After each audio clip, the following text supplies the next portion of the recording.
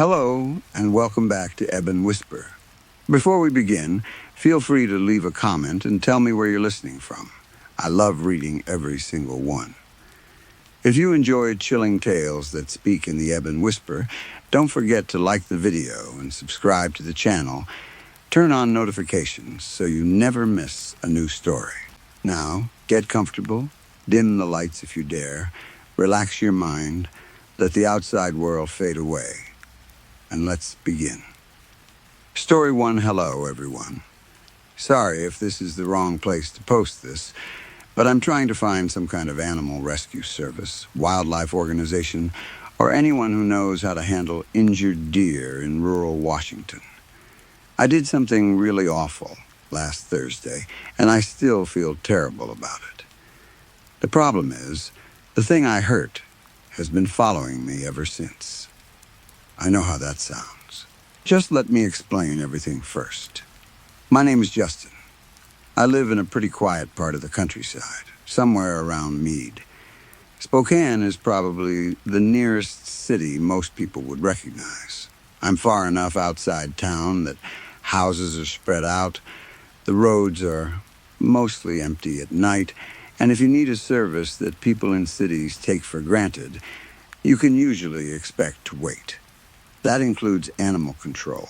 That includes emergency services. That includes almost everything. Most of the time, I like living out here. It's peaceful. There are trees everywhere, plenty of wildlife, and nights can get so quiet that you hear things you normally never notice. Wind moving through grass, water somewhere far off, coyotes calling from the hills, branches shifting in the woods. I work security, and around half my shifts are overnight. The job isn't always in one location. Sometimes I have to commute into Spokane. Other times I'm sent wherever the company needs me. Concerts, private events, warehouses, whatever pays. Last Thursday, I had been working security at some event that lasted almost the entire day and continued well into the night. By the time I finally got off work, it was after 2 in the morning. I had done a 12-hour shift, and I was completely exhausted. Not just tired, the kind of tired where your eyes hurt. Your thoughts get slower.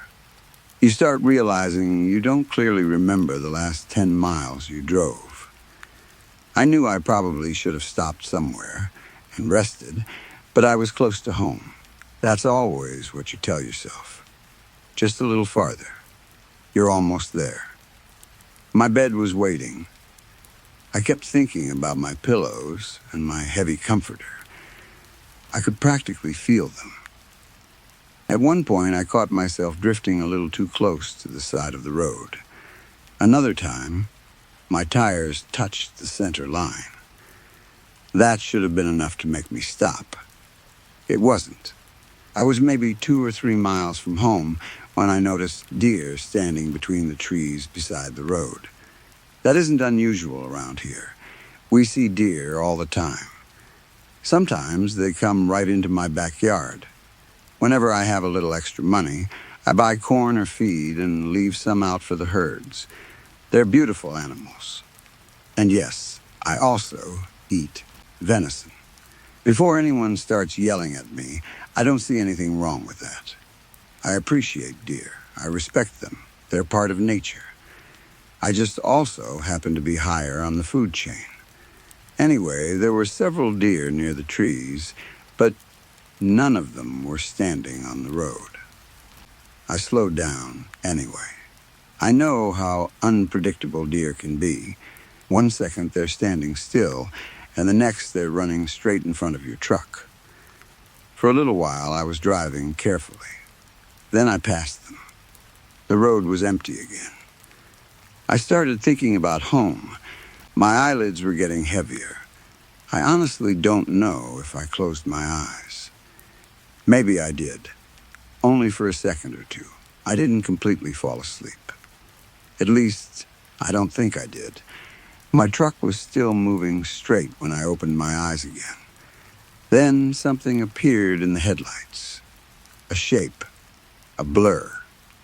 Before I had time to understand what I was seeing, there was a massive thud against the front of my truck. The sound still makes me feel sick when I think about it. It wasn't like hitting a pothole. You can tell when you hit something living. The truck shook. I slammed the brakes. For maybe 3 seconds, I just sat there gripping the steering wheel. Then I knew I had hit a deer. I pulled onto the side of the road and got out. The damage to the front of my truck wasn't terrible, but there was blood on the grill. Fur was caught in the metal. I turned on my phone flashlight and walked back toward where I thought the impact happened. There was blood on the asphalt. Not a little.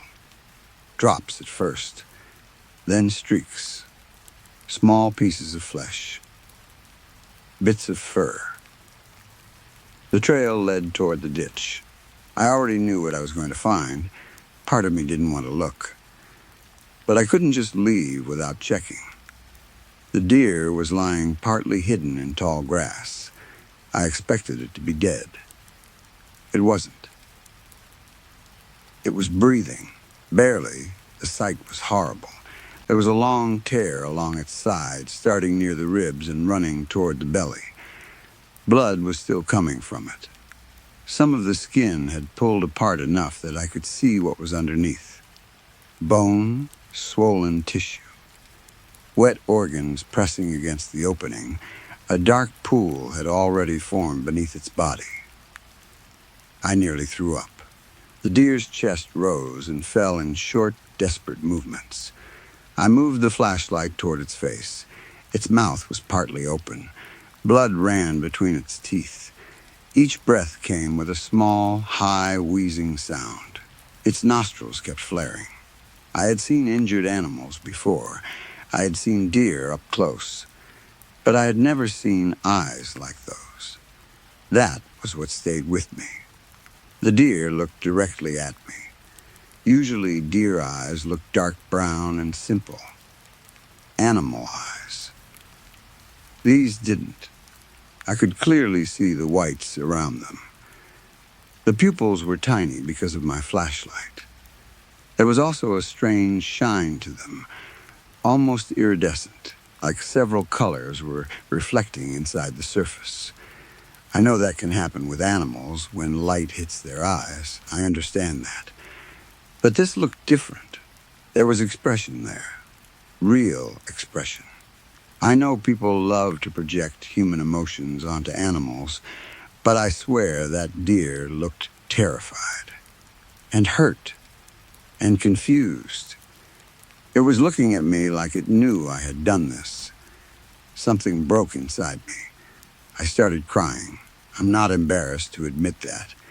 I sat beside the deer in that ditch at 2 a.m, covered in work clothes and road dust, and cried like a child. I gently touched its head. It didn't pull away. That made it worse. I stroked the side of its muzzle. "You're all right," I whispered. I knew it wasn't all right. Easy, pretty thing. I got you. I kept saying stupid things like that. Everything's okay. Obviously, nothing was okay. For a moment, I thought about trying to lift it into my truck. Maybe I could get it to a veterinarian. Then reality hit me.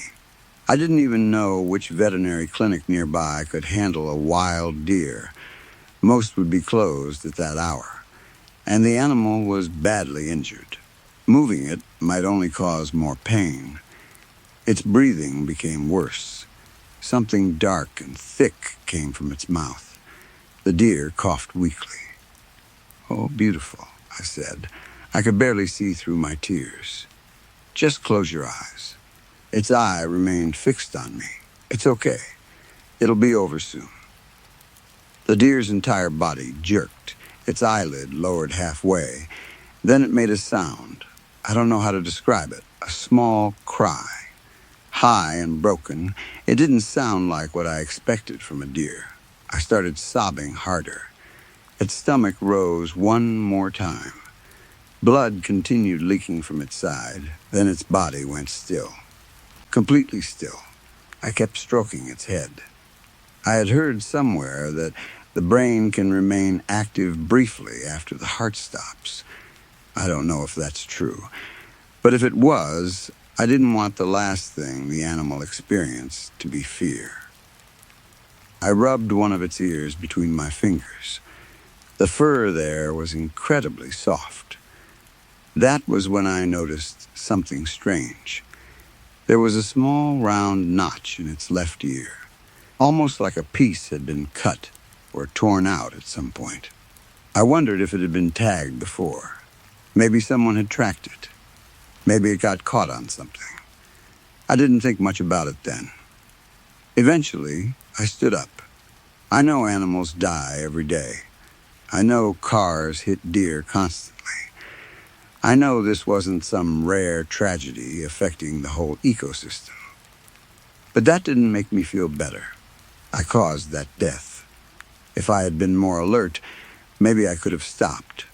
Maybe I would have seen it in time. That deer could have still been alive in the woods. I love animals. My 2 golden retrievers, Lucy and Chucky, are spoiled enough to prove that. Last year, they brought me a dead squirrel, and I actually got upset about it. So this hit me hard. There was nothing else I could do. I walked back to my truck. I drove home.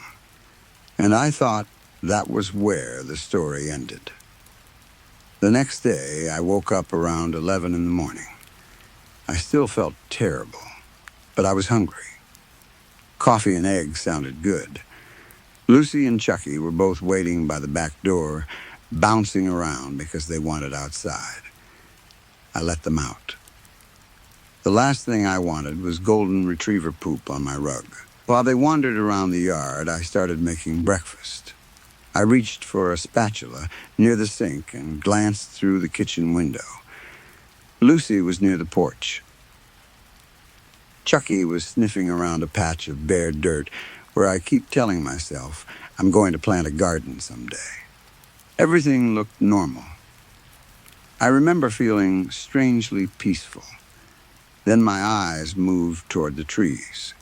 My backyard ends at a forest. There's a little creek farther down, and I like walking there during hot weather. I never fenced my entire property because my dogs are trained well and rarely wander. That also means wildlife occasionally comes close. So when I saw a deer standing near the tree line, I didn't think anything of it. I expected one of the dogs to notice. Neither did. That was strange. Normally, Chucky especially goes crazy if he sees a deer, but both dogs acted like there was nothing there. I shrugged. Maybe the deer was far enough away. I started cooking. A few minutes later, the dogs scratched at the back door. I let them inside. They immediately ran toward their food. I locked the door and looked out through the glass. The deer was still there. Same place. It hadn't moved. That caught my attention. Deer don't usually stand perfectly still for that long when they're close to a house. I squinted. For a second, I wondered if it was actually a bush, or maybe some hunting decoy that a neighbor had somehow put near my property. I walked to the larger window near the dining area for a better look. The deer was definitely real, and it had moved. Not its body, its head. I took a step sideways. The deer's head turned slightly. I moved the other direction. It followed me. I stopped. So did it. It was watching me. That made no sense. I was inside my house. There was glass between us. The deer was a good distance away. How could it track my movement that easily? The stupid, superstitious part of my brain immediately connected it to what had happened the previous night. For one ridiculous moment, I thought maybe the herd had come to punish me. Revenge for killing one of them. I actually laughed at myself. That was absurd. Animals don't organize revenge missions. Maybe this deer was sick. Maybe injured. Maybe confused. After what happened the night before, I felt guilty enough that I considered going outside to check on it. I placed my coffee mug on the table. The moment the cup made a small clinking sound, the deer moved. It tilted its head, farther than seemed comfortable. The angle was wrong, like its neck was damaged. Then it suddenly turned toward the forest and ran.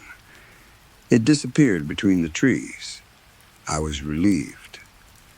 Then, just before it vanished, I saw its left ear. There was a round notch. I stood there, staring into the woods. No, impossible. The deer I hit was dead. I watched it die. I felt its body stop breathing. I left its broken body in the ditch. There was no chance it had gotten up, walked several miles, and found my house. I forced myself to think logically. 2 deer could have similar ear injuries. Maybe there was a tagging program in the area. Maybe both had old tag wounds. I had seen deer survive arrows. I had seen animals with scars. A small notch in an ear did not mean anything supernatural. So I let it go, or tried to. That night I got home from work around midnight. I went into the kitchen and opened a beer. The kitchen light spilled through the window into the backyard. Something reflected near the trees. 2 bright points. Eyes, I froze. The deer was standing there again. Same place. I rubbed my eyes. Looked again. Still there. Watching me. Those eyes reflected the faint light with that same strange, almost colorful shine. I felt a chill move down my back. Still, I refused to let myself become paranoid. Deer live in the woods. The woods are behind my house. That's normal. What was next? Thinking birds were government microphones? I closed the curtains. I drank my beer. I tried to forget it. Ignoring it didn't work. The deer kept coming back. Every day. For almost a week. I know it was the same deer now. The notch in the left ear was always there. Same shape. Same position. At first, it stayed near the trees. That was almost manageable. The dogs never reacted to it. That still bothers me. Lucy and Chucky will bark at rabbits. They chase squirrels. They notice raccoons from inside the house. But they never seem to see the deer. It could stand at the edge of the forest for hours, and they acted completely normal. The deer didn't care about them either. It only watched me. If I moved from the kitchen to the living room, its head followed. If I stepped onto the porch, it stared. If I walked past a window, those eyes turned. I tried approaching it twice. Both times it ran before I got more than a few steps from the house. I never managed to see it clearly until last night. Yesterday was my day off. I spent most of it doing absolutely nothing. Watching shows, drinking a couple beers, eating junk food, taking naps with the dogs. My sleep schedule is destroyed because of night work, so I wake and sleep at strange times anyway. I didn't see the deer all day. Actually, now that I think about it, the entire backyard seemed unusually empty. No birds, no squirrels, nothing moving in the trees. I didn't notice at the time. Around 10:30 that night, I decided the kitchen garbage smelled terrible. I was wearing boxers and a robe. I grabbed the trash bag and carried it outside. The evening was nice, warm enough that I didn't need a jacket. Crickets were making noise in the grass. Everything felt calm. For the first time in days, I wasn't thinking about the deer. I threw the bag into the garbage bin, put the lid back. Then, something inside me changed. You know that feeling when your body notices danger before your mind does? The hair rises on your arms. Your shoulders tense. Your stomach tightens. You suddenly become aware that you are outside. Alone, in the dark. That happened. Then I heard a sound behind me. Clack. I turned around. The first thought that went through my mind was simply, fuck. It was standing in my driveway, only a few feet away. Not a deer. The deer. The one I hit. I know what I saw. The porch light wasn't perfect, but there was enough light. The moon helped. The notch in the left ear was clearly visible. But that wasn't the only proof. Its body was still destroyed. One front leg was bent at the wrong angle. I realized that must have been the leg making the clacking sound when it touched the pavement. The gash along its side was still open. Blood had dried around it. Dirt and leaves were stuck to the wound. Small twigs had become caught in the exposed tissue. I could see shapes inside the opening. Organs, intestines, things that should never be outside an animal's body. It should not have been standing. It should not have been alive.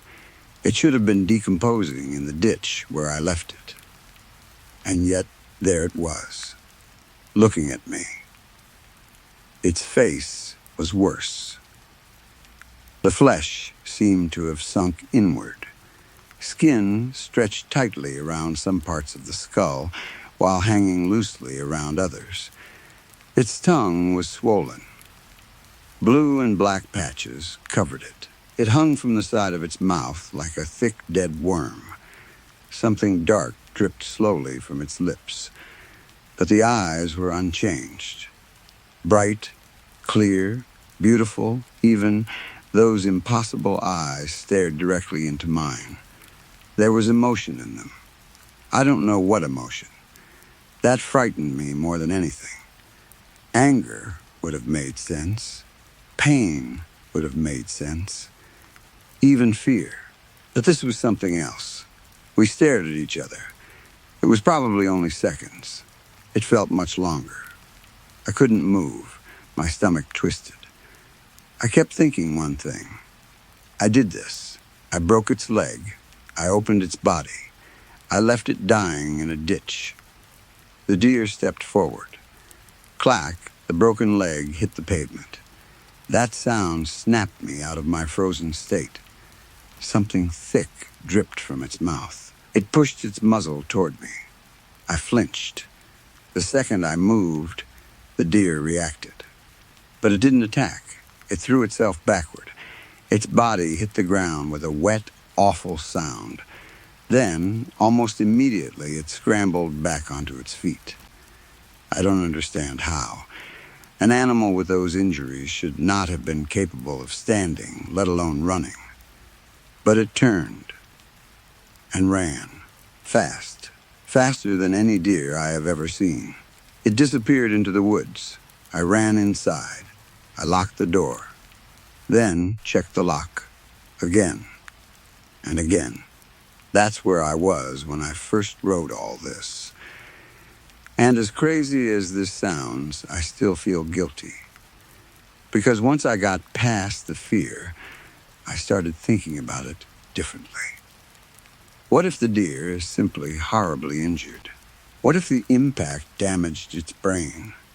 That could explain some strange behavior. Maybe it's confused.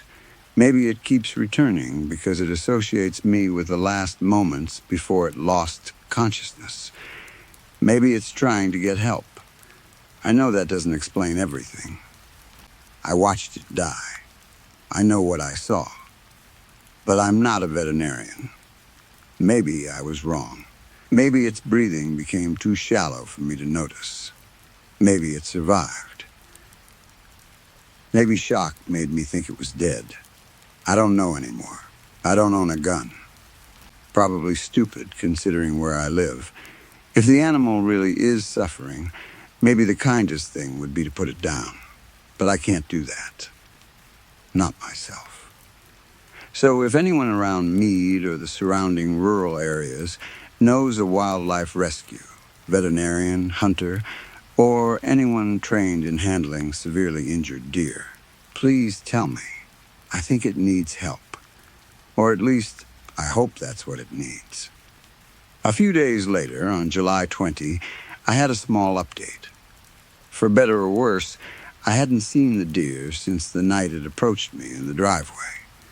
It stopped appearing at the tree line, and yes, if anyone is curious, I haven't been able to even think about eating venison since all this started.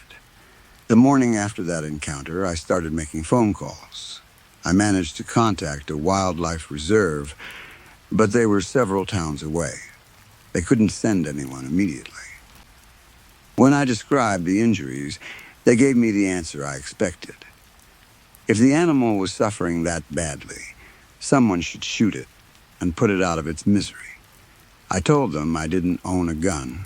They suggested animal control, so I called animal control. At first, they sounded willing to come out and neutralize the deer.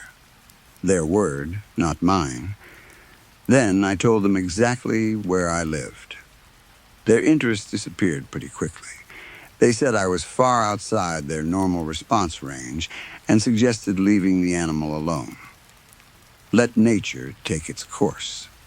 That was their advice. I didn't like it, but there wasn't much I could do. The only useful option came from my uncle. He lives a little closer to town and hunts during season. When I told him what was happening, leaving out some of the stranger details because I didn't want him thinking I'd lost my mind, he offered to lend me several trail cameras. He doesn't need them until hunting season. The plan is to mount them around the backyard and near the trees. If the deer returns while I'm at work, I'll know. Maybe the cameras will also let me get a better look at its injuries. Every time I try to approach, it runs. A trail camera could show what I'm dealing with without stressing the animal. Honestly, I'm relieved I haven't seen it. The last few days have felt almost normal. I don't wake up and immediately check the tree line anymore. I don't see those shining eyes every time I walk past the kitchen window. Part of me hopes the deer went deeper into the forest and finally died. I know that sounds cruel, but if its injuries really are as bad as they looked, death would probably be kinder than whatever it has been experiencing. Maybe a neighbor found it. Maybe a hunter saw it and ended things quickly. Maybe it found somewhere quiet beside the creek and simply stopped moving. I want to believe that. My uncle is supposed to come tomorrow and set up the cameras. Once they're running, I'll know if anything is still moving around my property when I'm gone. Hopefully, there won't be anything to record. Hopefully, this entire thing is finished. Hopefully, the deer is finally at peace. I'll update again if anything happens. If I never post after this, then I guess you can assume the deer died somewhere in the woods, and this whole strange situation ended on its own. And honestly, that would be the best possible outcome. Because even now, when I look toward the trees at night, I sometimes imagine those eyes are still there, too far back for the porch light to reach, just beyond the first row of trunks, watching, waiting for me to notice. Story 2. I don't know if this is the right place to post something like this. Honestly, I don't even know why I'm posting it. Maybe because I need someone else to read it. Maybe because I need a copy of what happened somewhere outside my own computer. Somewhere I can't easily convince myself I imagined it. My psychiatrist has been telling me for months that I should start writing things down when they happen. Dates, times, places, exactly what I saw, exactly what I remember feeling. She says memory isn't as reliable as people think. According to her, every time we remember something, we don't simply open a perfect file stored inside our brain. We rebuild the memory. Small details can change. Things connected to fear or trauma can become especially unreliable over time. I understand what she means. I really do. The problem is that I don't think my memory is changing naturally. I think something is changing it for me. I have been seeing the same man on screen since I was a child. I call him a man because I don't know what else to call him. He has the basic shape of a human being, but there is something wrong with every part of him. He is too tall, too thin. His arms are much longer than they should be and hang almost to his knees. His shoulders are narrow, but his hands are huge, with fingers that look almost delicate until you notice how long they are. His head is the worst part. It looks almost like a skull, with a very thin layer of skin pulled tightly over it. There is barely any softness to his face, no healthy weight, no normal shape. His eyes seem too deep in his head, but I can always see them clearly. He never blinks, not once. I have watched him for minutes at a time before, sometimes replaying videos again and again, waiting for that tiny human movement. Nothing. His eyes stay open. The strangest thing about him is that he always belongs to whatever screen he appears on. If I'm watching a cartoon, he is animated. Same colors, same line style, same movement quality. If I'm watching an old black and white movie, he looks like he was filmed with the same old camera. His body flickers with the film grain. Scratches move across him. The shadows match. In video games, he becomes part of the game. I have seen him as a low-resolution character made of ugly old polygons. I have seen him in modern games where he looks almost real.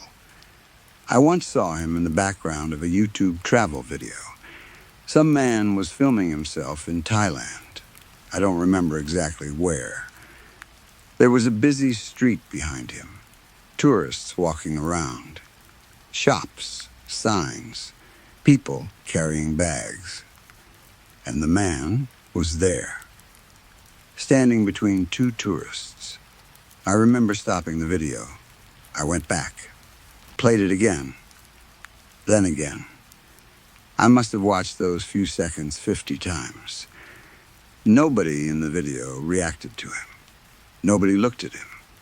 People walked right past him. A woman crossed directly in front of his body at one point. For less than a second, she completely blocked him from the camera. When she passed, he was gone. I went backward 3 seconds. There he was again, standing still, looking directly into the camera. I know how that sounds, watching me. That is what it always felt like. When I was a child, I believed that was all he did. He watched. He never moved toward me.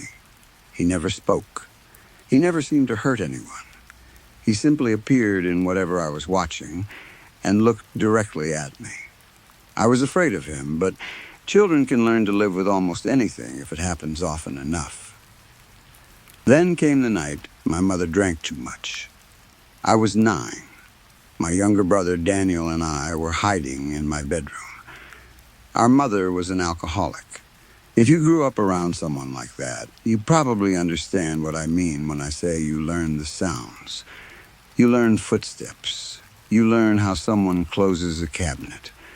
You learn the difference between a glass being placed gently on a table and one being put down just a little too hard. You learn what a door sounds like when the person opening it is angry. You learn to know which version of your parent is coming before you ever see their face. That night was bad. I remember Daniel sitting on the floor near my bed. He was crying quietly. I was trying to keep him calm. The television was on, but I had muted it so we could listen to what was happening in the rest of the house. Some movie was playing. I don't remember what it was. I have tried to remember many times. Sometimes I think it was a horror movie. Sometimes a drama. Once I became convinced it was a comedy. My psychiatrist says this is exactly the kind of detail memory changes. What I remember clearly is the sound from the kitchen. Something shattered. Glass, probably, then my mother screamed my name. Daniel started crying harder. I froze. I knew from her voice that she was coming. I turned toward the television, and he was there. The man. He was standing inside the movie. Not somewhere far in the background like usual. He was close. The main character was standing in the foreground, but behind her was a long hallway. The man stood at the end of it, completely still, looking through the television at me. Then, for the first time I had ever seen, he moved. He slowly raised one arm. His fingers opened, and he pointed. Not at the actress, not at another character, not toward the camera inside the movie. He pointed toward my bedroom door. I stared at him. 3 seconds later, someone knocked. 3 times. Knock, knock, knock, my mother. I called the police that night. I don't remember every detail of what happened afterward. I remember officers. I remember my mother screaming. I remember Daniel holding on to me. I remember being taken somewhere else for the night. Eventually, my mother lost custody of us. Daniel never forgave me. I don't think he ever fully understood why I made the call. Or maybe he did understand and simply blamed me anyway. Children do that. When your whole life collapses, you want someone to be responsible. Our mother was sick. The police were strangers. I was right there. I became the easy person to hate. As we got older, Daniel and I spoke less and less. Now we barely speak at all. For years, I tried to convince myself that the man was something my brain had created, a coping mechanism, a hallucination, a symbol for fear, something my mind invented because my childhood home never felt safe. That explanation worked better as I got older. I learned enough about trauma to understand that the brain can do strange things. Children see things differently. Memories become mixed with dreams. Fear creates patterns where there are none. Maybe I had seen a creepy character in a movie when I was young. Maybe my mind kept inserting that character into other memories. Maybe everything could be explained. Mostly, I believed that. I still sometimes saw him, but less often. Or maybe I simply got better at ignoring him. Then a few weeks ago, my psychiatrist asked me a question. We were in her office during a normal session. We had been discussing my childhood again. The drinking. My mother. Daniel, the man on the screens. She had heard about him many times by then. Then she asked, very calmly, "Has he ever spoken to you?" I laughed. I remember laughing because the idea seemed ridiculous. "No, never. No, he doesn't talk. What does he do?" "Nothing, he watches." She wrote something down. At the time, I thought nothing of it. That night, I went home. I watched television for a while. I went to bed. Nothing seemed unusual. Then I woke suddenly. The room was dark. I checked the clock. 3:17 a.m. The television was on. I knew I had turned it off before going to sleep. The screen gave off a weak yellow light. For a moment, I assumed I had fallen asleep with something playing. Then I saw the room on the screen. My childhood kitchen. Not a kitchen that looked similar, not some television set that reminded me of it. My kitchen. The exact kitchen from the house where Daniel and I grew up. Yellow wallpaper. The chipped cabinet above the sink. The cheap clock my mother had bought at a yard sale. The old table. Everything. I sat up in bed. My mother was sitting at the table. She was drunk. I knew immediately which night I was seeing. That night. The night I called the police. Daniel was there. Small 9-year-old me was there too. Then I saw the man. He stood behind my mother at first. "No, that isn't right. I need to be exact. He was behind all of us. Then he moved. He walked behind the younger version of me.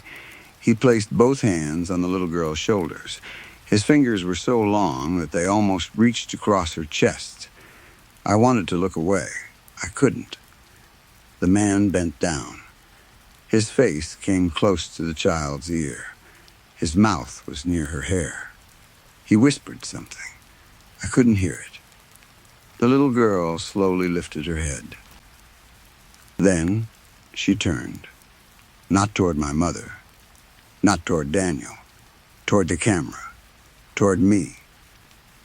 9-year-old me looked directly into my bedroom and said, "You know what really happened." The television went black. I sat there staring at my reflection in the dark screen. I didn't sleep again that night. After that, the screen started showing me memories, or things pretending to be memories. I don't know which anymore. Sometimes my television turns on. Sometimes it happens on my laptop. Once, my phone started playing a video while I was holding it, even though I hadn't opened anything. The scenes are always from my past. My mother crying as police took her away. Daniel screaming. Me standing in the hallway. The problem is that the scenes don't match what I remember. The first time I saw the night my mother was taken away, I was crying. That matched my memory. Daniel was screaming at me to tell the police I had lied. That also felt familiar. Then I saw myself standing farther down the hallway, watching and smiling. That did not happen. I know it didn't. I was terrified. I was crying. I remember tears running down my face. I remember shaking. I remember wishing my mother would stop screaming. I did not smile. But the scene played again 2 nights later. This time, when the camera showed me in the hallway, I was smiling a little more clearly. The corners of my mouth were raised. The third time, I could see my teeth. Then, last night, I watched it again. My smile stretched almost to my ears. It looked painful, wrong, and the man was standing behind me. His long hands were resting on my shoulders. I turned the television off. It turned itself back on. I unplugged it. The screen stayed bright for almost 5 seconds after the plug came out. Then, it went black. Yesterday afternoon, Daniel sent me a photograph. No message, only the picture. I almost ignored it. We had not spoken properly in months. The photograph showed the two of us sitting on the carpet in our childhood living room. I was probably 7. Daniel was around 4. I recognized some of our old toys. Behind us was the television we had when we were children. The screen was turned off. At first, I thought Daniel was trying to remind me of a happier time. Then, I noticed the reflection. Something was visible in the black television screen. I zoomed in. My hands started shaking. The man was there, not standing. Kneeling, he was beside Daniel. And for the first time I could remember, he was not looking at me. His face was turned toward my brother. His mouth was pressed against Daniel's ear. Whispering, I called Daniel immediately. No answer. I called again. Nothing, again. Again, I counted later. 12 calls. He didn't answer once. Then, a text came from his number. 5 words. Now I remember what you did. I stared at the message. I called again. That was when my television turned on by itself. Daniel appeared on the screen. Adult Daniel. My brother as he looks now. He was sitting in a dark room. I couldn't tell where he was. There were no windows visible, no furniture I recognized. He sat completely still. Daniel? I don't know why I said his name out loud. Maybe some part of me thought he could hear me. His head moved, very slowly. He looked directly at the camera. directly at me. Then I saw the man standing behind him. For the first time in my entire life, the man wasn't watching me. He was watching Daniel. And then he smiled. That was when I realized something that should have been obvious years ago. I had never actually seen his mouth. I had always assumed he had one. Of course he had a mouth.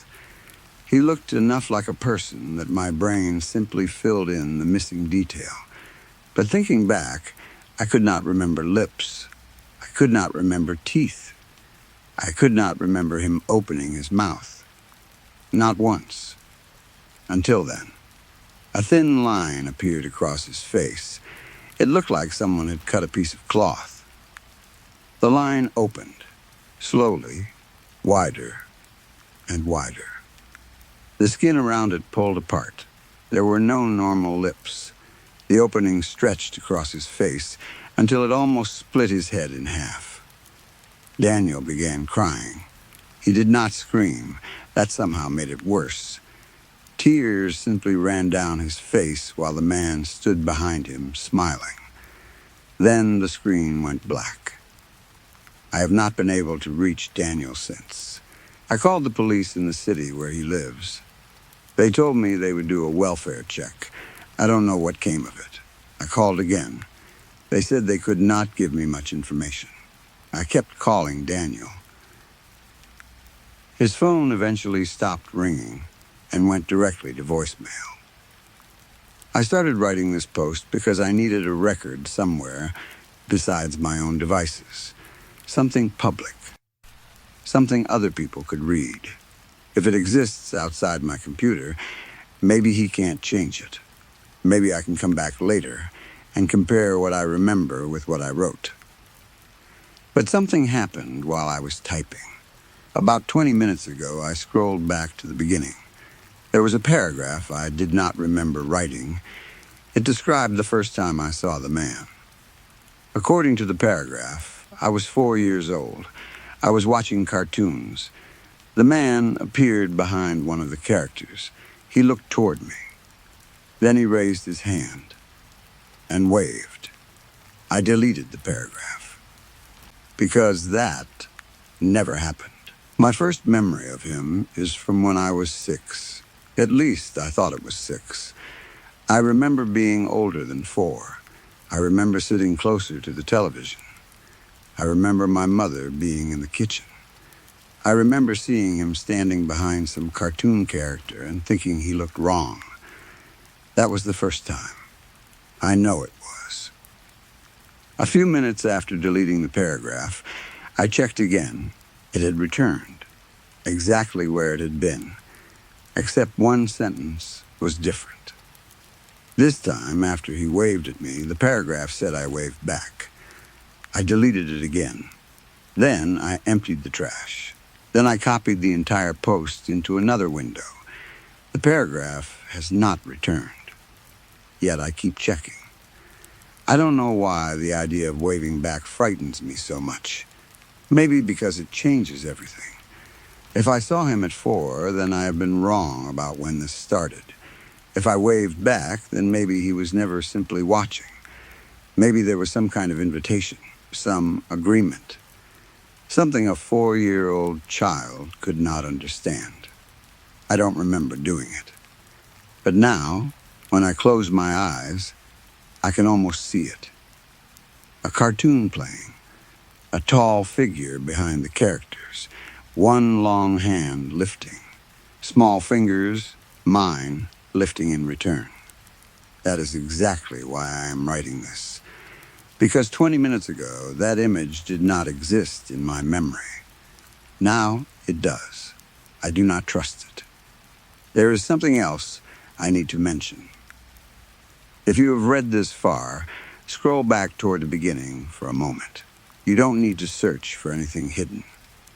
There isn't a photograph in this post.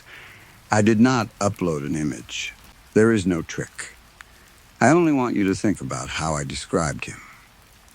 Tall, thin, long arms, hands hanging almost to his knees, A head shaped like a skull with skin stretched over it, eyes that never blink, a mouth that was not there until it opened.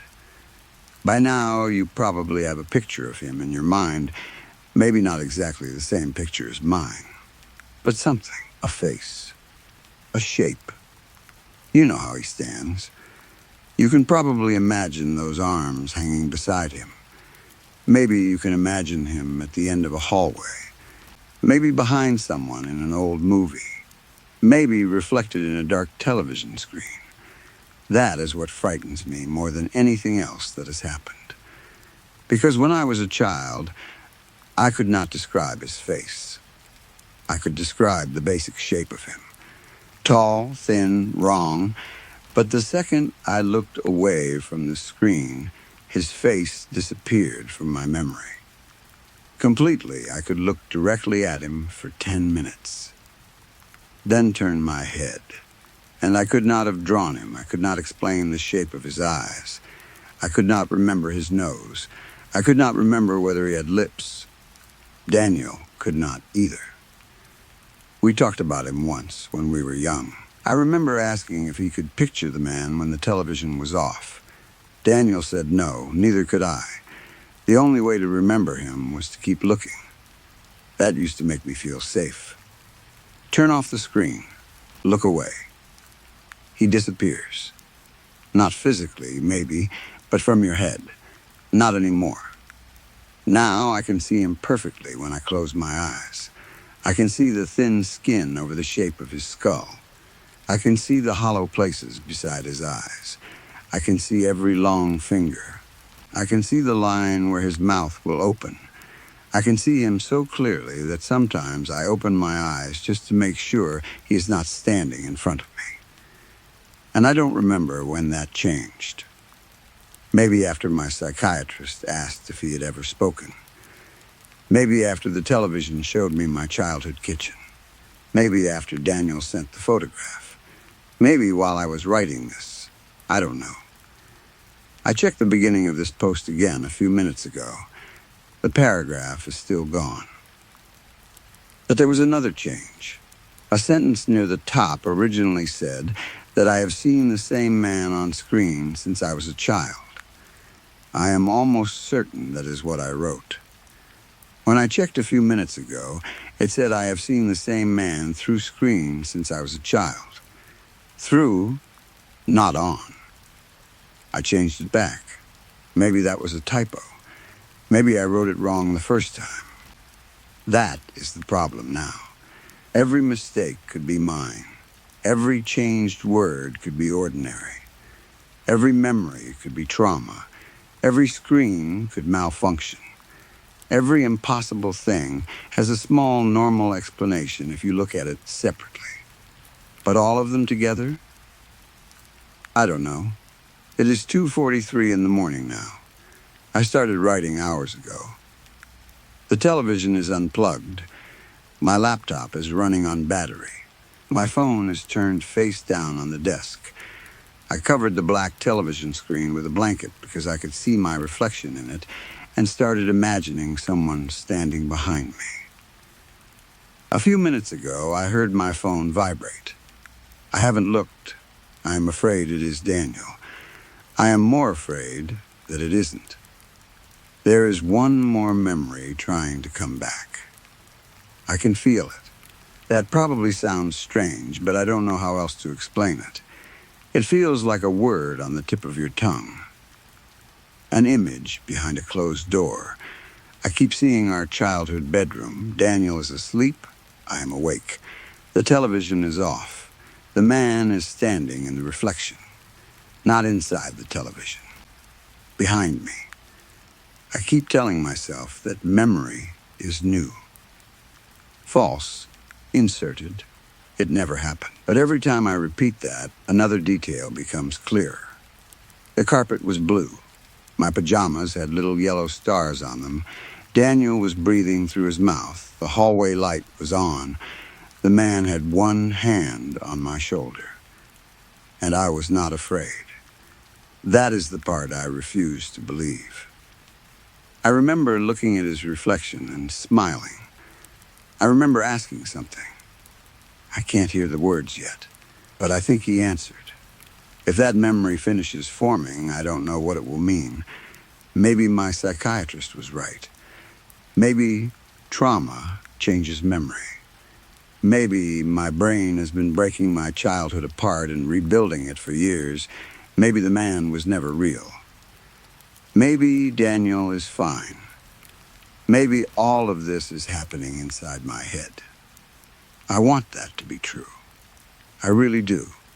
Because the other possibility is much worse. The other possibility is that he has been with us much longer than I remember, that he showed us things, changed things, whispered things. Maybe he did something to Daniel. Maybe he did something to me. Maybe I did something, and he helped me forget. That text keeps coming back to me. Now I remember what you did. What did I do? Call the police? Get our mother taken away? Was that really what Daniel meant? Or was there something before that? Something on the night my mother drank too much. Something I have forgotten. The television did not just warn me. She was coming. The man pointed at the door. Maybe I misunderstood what he wanted. Maybe he wasn't warning me. Maybe he was telling me what to do. Maybe the call to the police wasn't my idea. I don't know. I just looked at my phone. There is one new message. It is from Daniel's number. There is no text. Only a video. I have not opened it. I don't think I will. The thumbnail is completely black except for something pale near the center. I know what it is. An eye. His eye. Not Daniel's. I turned the phone over again. I am going to post this before I change my mind. Before something changes the words. Before I start remembering another version. If this post looks different later, I need someone to tell me. If a paragraph appears that I never mentioned, tell me. If I describe something that contradicts what I wrote earlier, tell me. Do not let me explain it away. And if you have a clear picture of the man in your head now, please understand why I am afraid.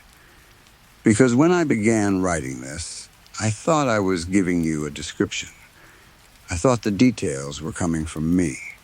Tall, thin, long arms, skin stretched over a skull, eyes that never blink, that terrible mouth. But that cannot be right.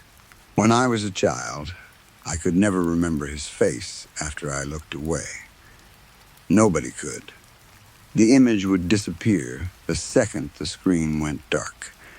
You had to keep looking at him to remember what he looked like. That was the rule. I am sure of that. Yet now I can see him perfectly without a screen.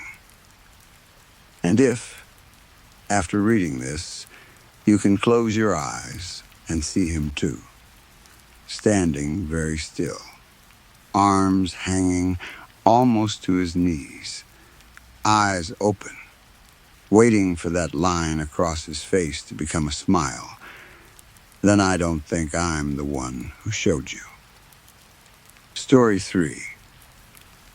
There's one thing I have always believed about life, and I still believe it now. Time can soften almost any pain.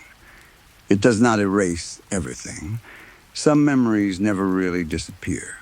Some scars stay with you until the day you die. But time has a way of taking the sharp edge off things. The pain becomes duller. The fear becomes more distant. Even the worst experiences eventually start to feel like they belong to another version of you. Time is nature's medicine. The unfortunate part is that it can take years before it begins to work. The story I am about to tell you has followed me for most of my adult life. For many years, I could not speak about it without feeling like I was being pulled back into those nights. It wore me down. It affected my jobs, my relationships, my health, and eventually my ability to live a normal life. For a long time, I felt like I had become almost nothing. Then I started meeting with my therapist, Dr. Mortimer. He helped me understand that keeping everything buried was only making it worse. He encouraged me to talk about what happened, even if I could not fully explain it. He never laughed at me. He never interrupted me to tell me that what I experienced was impossible. Because of him, I finally feel like I can tell this story. It began on November 17th, 1992. I remember the date clearly because the night before, I had gone to see a local punk band perform at a small venue not far from where I lived. The band was Green Day. That detail has absolutely nothing to do with what happened afterward, but I enjoy telling people that I knew who Green Day were before most of the world did. After everything I have been through, I think I am allowed to keep at least one stupid little thing to brag about. At the time, I was in my mid-20s. Anyone who has survived their 20s probably remembers how confusing those years can be. I had no idea what I wanted. I did not know what kind of person I was supposed to become. I did not know what career I wanted, where I wanted to live, or what I was supposed to be working toward.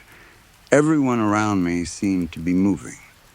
People were getting married, starting careers, buying houses, making plans. I felt completely stuck. There were days when I barely got out of bed. I would lie on my back for hours, staring at the white ceiling panels above me. If I stared long enough, the patterns would begin to move. Lines became faces. Shapes stretched into animals. The ceiling seemed to breathe. I knew none of it was real. I was simply bored enough to force my mind into seeing things that were not there. That was the kind of life I had. Empty, slow, I felt dead inside. My mind did not feel healthy. It felt blocked, like a machine full of rust. I wanted change desperately. That desperation was what eventually led me toward psychedelics. I had always been curious about them. Back in college, I knew people who took mushrooms or LSD and then spent the next week talking about how they had discovered the meaning of existence. I never joined them. At 20, I was arrogant enough to believe I already understood myself. Why would I need a drug to change the way I thought? By 25, I had become much less confident. By then, changing the way I thought sounded like exactly what I needed. On the morning of November 17th, I bought LSD from someone I knew casually. I would not call him a friend. He lived in a quiet suburb on the far edge of the city, the kind of neighborhood where half the buildings seemed empty and the roads became almost silent after dark. I remember sitting in his living room while he explained what I should expect. Before I left, he gave me 2 important warnings. The first was that, because it was my first time, I should only take half a tab. The second was that I should stay away from mirrors. That second warning confused me. Why mirrors? I asked. He looked at me for a moment before answering. You won't like what you see. I laughed. He did not. That should probably have been enough to make me reconsider the entire thing. It was not. By 4 that afternoon, I was back inside my apartment. It was late fall, so daylight was already disappearing. The sky outside my windows had turned that cold gray-blue color that comes before winter darkness. I locked the door, turned off my phone, put on music. Then I broke the first rule almost immediately. Instead of taking half the tab, I took the entire thing. My reasoning was simple. I was inside. I was alone. I had nowhere to go. What could possibly happen? The effects came faster than I expected. At first, it was wonderful. Colors became deeper. The music felt like it had physical weight. My carpet seemed to move in slow waves. The walls breathed gently. But the strongest effects were not visual. They were inside my head. I remember imagining my mind as one of those wooden block puzzles. You might have seen them before. Several strange pieces fit together to form a perfect cube. Once you separate them, putting the cube back together can be surprisingly difficult. During the trip, I imagined my brain breaking apart in exactly that way. Each wooden piece represented a different part of me. Memory, fear, love, anger, shame, ambition, regret. I could see each one floating separately. And in my imagination, I began cleaning them, one at a time. I wiped away years of dirt. I scraped black mold from the edges. I cleared dead things out of the spaces between them. I removed all the useless thoughts that had been rotting inside my mind. It felt incredible. For the first time in years, I believed I understood myself. I could look at every mistake I had made without hating myself for it. I could think about the future without feeling terrified. Everything was clear. I had spent years asking myself what my purpose was. That night, I suddenly understood that maybe I did not need one. Maybe being alive was enough. Eventually, I moved from the living room to my bedroom. That was where I made the mistake that changed my life. Beside my bed was a tall mirror. I had completely forgotten about the warning until I saw it. Avoid mirrors. I sat on the mattress and deliberately looked away. For several minutes, I managed to resist. I stared at my hands, at the wall, at the blankets, anywhere except the mirror. But once the thought entered my mind, it became impossible to ignore. Why had he warned me? What was I supposed to see? What could possibly be so terrible about looking at myself? Curiosity grew stronger every second. Eventually, there was only one thing I could do. I looked. At first, nothing happened. My reflection was exactly what I expected. My features moved slightly with the visual effects of the drug.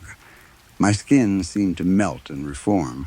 The edges of my face flowed gently. It was strange, but not frightening. I watched. The longer I watched, the harder it became to look away. Then, my reflection began to change. The eyes darkened first. Not the pupils, the entire eyes. The skin around them seemed to sink. The face looking back at me became older. Harder, crueler, it was still me. But it felt like another version of me. A version built from everything I hated about myself. My jealousy, my fear, my shame, my failures. Every insecurity I had tried to hide seemed to live inside that face. I stared. Then it smiled. Not a friendly smile, a mocking one. It looked like it knew every terrible thing I had ever thought. Every lie, every weakness, every secret. Strangely, I was not afraid. At least not then. At that moment, I felt powerful. I believed I was facing my demons. That was what LSD was showing me. The darkness inside me had taken shape, and now I could finally look at it directly. The reflection smiled wider. I raised my hand. Then I flicked my fingers toward it. Gone, I whispered. In my mind, I had defeated it. I had seen the worst part of myself and rejected it. The darkness disappeared. The reflection returned to normal. I fell backward onto the bed and began laughing. I felt free. There was a weight missing from my chest that I had carried for years without realizing it. That night felt like the beginning of a new life. For the next few days, I was happier than I could remember being. Everything seemed beautiful. Coffee tasted better. Cold air felt wonderful. Music made me emotional. I noticed small details everywhere. Light moving through tree branches. People laughing outside restaurants. Dogs pulling at their leashes. The smell of rain. For once, I was not worrying about what I was supposed to be doing with my life. I was simply living it. Then, November 20th came. That was the first time I saw him. I did not understand what I had seen at the time. Looking back now, I know exactly what it was. My workday had just ended. I was downtown, walking toward the subway station that would take me home. Traffic was heavy. People filled the sidewalks. I stopped at a crossing and looked across the street. There was a man standing between two groups of people. He looked exactly like me. He was watching me. I stared for maybe 2 seconds. Then someone walked between us. When they passed, the man was gone. I told myself I was tired. Maybe I had caught my own reflection in a shop window. Maybe the LSD had not completely left my system. I went home. A few days later, I saw him again. Then again. At first, it happened only once every few days. I would catch sight of him far away, across the street, at the end of a platform, behind a crowd, always watching, always still. Eventually, he began appearing more often and closer. I would be standing inside a packed subway car, surrounded by people pressed shoulder to shoulder. Then I would look toward the opposite end. There he would be. My face, my height, my body, standing completely still while everyone around him moved, watching me. Nobody else ever reacted. That was almost worse than seeing him. People would walk around him, stand beside him. Sometimes they seemed to pass directly through the space where he was standing. But no one looked at him. Only me. My happiness disappeared. The peace I had felt after the trip vanished. I stopped sleeping properly. I began checking behind myself constantly. My work suffered. How could it not? I was working at a desk job at the time, surrounded by cubicles. Every time I looked at my computer screen, I could feel him somewhere nearby. One afternoon, I raised my eyes above the monitor. 2 dark eyes were staring at me from over the top of the cubicle wall. I screamed. I fell backward in my chair. The entire office went silent. People stood. My friend Debbie worked in the cubicle beside mine. She rushed over and helped me off the floor. "There's someone there," I kept saying. "What?" "Behind the cubicle." She looked. Nothing. I pointed. There was a man watching me. A few coworkers checked the area. Of course, no one was there. I could tell from their expressions that they thought I was losing my mind. Maybe I was. I quit that job not long afterward. Then I found another. I quit that one too. Then another. I could not stay employed. Every workplace became another place where he could find me. Friends slowly stopped calling. Some tried to help at first. Then they became tired. I do not blame them. It is difficult to stay close to someone who constantly looks over your shoulder while you are talking. Someone who refuses to enter rooms with mirrors. Someone who suddenly leaves restaurants because they saw themselves sitting at another table. Eventually, my life became very small. Most nights, I stayed in my apartment. That did not help. He followed me there, too. I would lie in bed with the room completely dark. I could feel him standing in the corner. Sometimes I could see only his eyes. 2 faint shapes in the darkness. On nights when the moon was bright, I could see more. Part of a shoulder. The edge of a face. the outline of legs. Whatever touched the moonlight became visible. The rest disappeared into the shadows. He never moved when I watched him, but whenever I closed my eyes, I could feel him getting closer. Then the whispering started. At first, I could barely hear it. A low voice somewhere near the edge of sleep. Then it became clearer. The voice was deep, rough, old, ancient almost. It sounded like something that had spent 1,000 years speaking through a damaged throat.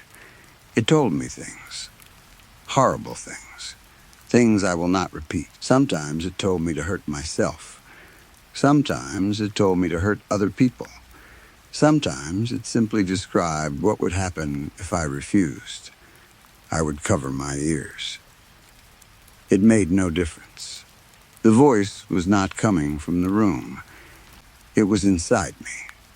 Sometimes I woke and found him crouched on the ceiling. His arms and legs spread around him like a spider.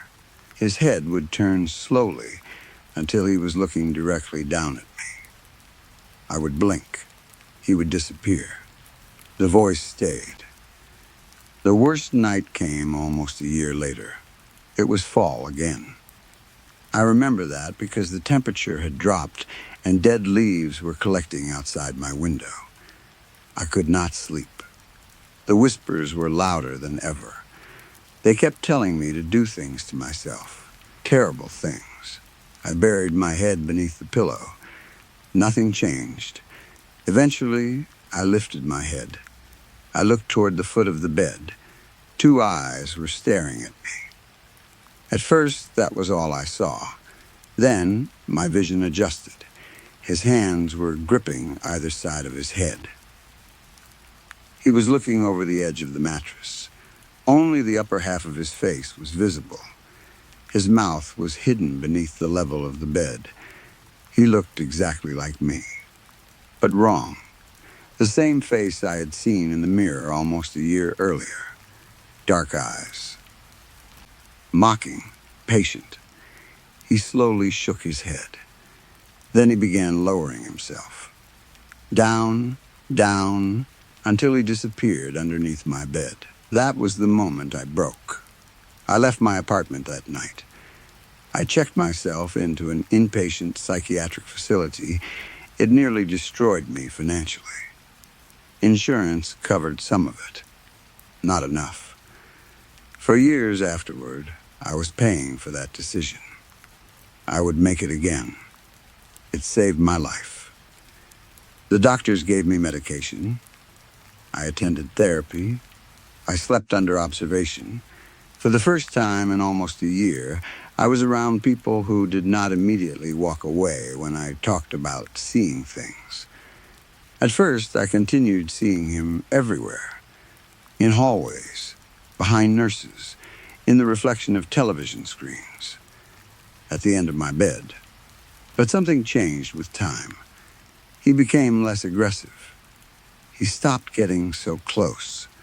The whispers became quieter.